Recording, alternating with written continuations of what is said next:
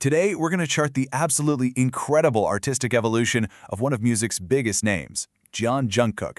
You know, from a teenage prodigy to a true global icon, his journey is just a masterclass in what it means to grow as an artist. It really makes you wonder, right? How is a global superstar actually made? Is it just raw talent? Is it relentless, nonstop dedication? Or is it just being in the right place at the right time? That's really the big question we're going to be exploring through his story. And to try and answer that, we're going to deconstruct the journey of an artist who really did transform from this prodigious kid into an international icon, basically right before our very eyes. So our story has to start all the way back in 2013 with his debut. This is the baseline, the starting point for all the incredible growth that was about to come. Okay, so picture this. Jungkook debuts with BTS at just 15 years old. He was immediately given the nickname the Golden Maknae. Now, if you don't know, maknae in Korean means the youngest member of a group, and golden, well, that was because he was just so good at everything. His early performances were all about this raw, fierce energy, just pure, unpolished potential, and his vocals, they were powerful for sure, but you could tell they were still being refined. You can really break down his journey into 4 distinct artistic eras, and each one builds so perfectly on the last. We're going to see how that initial spark of potential was molded and mastered over time, starting with the very first major turning point.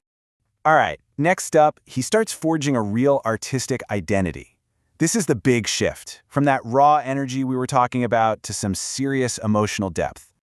The Hwa Yang Yeon Hwa era, it was absolutely pivotal. As the group's whole sound and their themes got more complex, Jungkook just rose to the occasion. He wasn't just singing the notes anymore, he was starting to feel them, to really convey the story inside the music. This is where his expressive style really started to emerge. This period really marks a clear evolution. That raw energy from his debut, it transforms into this much more expressive, emotional delivery. His developing vocal power matures into this versatile vocal color and control. And honestly, this Wings era is where we see the first real hints of his massive solo potential. And hey, it wasn't just the fans who were noticing this change. This quote right here from Billboard all the way back in 2016 shows that critics were already pointing out his significant artistic growth. And that kind of early recognition, that's a huge data point in his journey. Then comes the next phase, the global performer. This is where he learns how to truly command the world's biggest stages. During the Love Yourself era, his confidence just became palpable. You could feel it.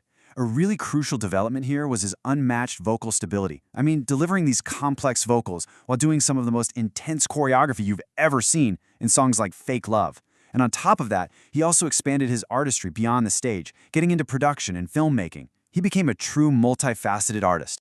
So this brings us to this idea of vocal maturity.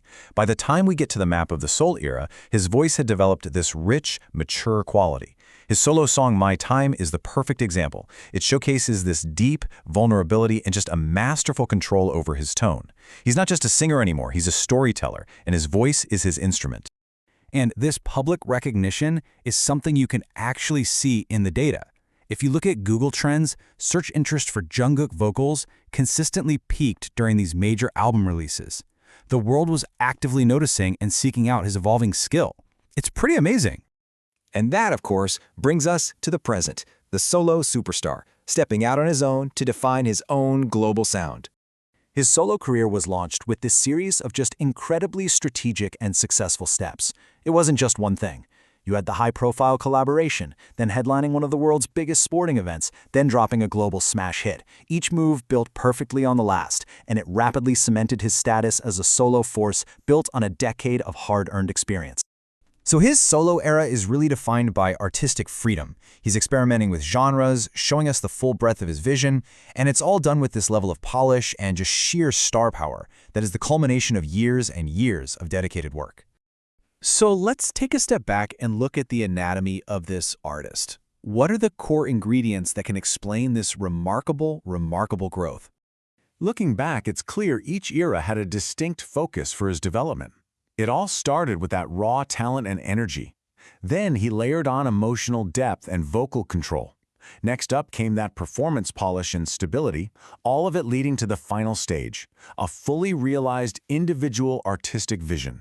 Ultimately, what his story really shows us is that true artistry isn't just about the talent you're born with. It's a journey. It really is a masterclass in what happens when you combine that initial spark with insane dedication, a commitment to always be learning, and an absolute unwavering passion for excellence. Which brings us right back to our original question. After watching this entire journey, from a 15-year-old prodigy to a global icon, what do you think? Is talent something you're just born with, or is it something you build piece by piece, day by day?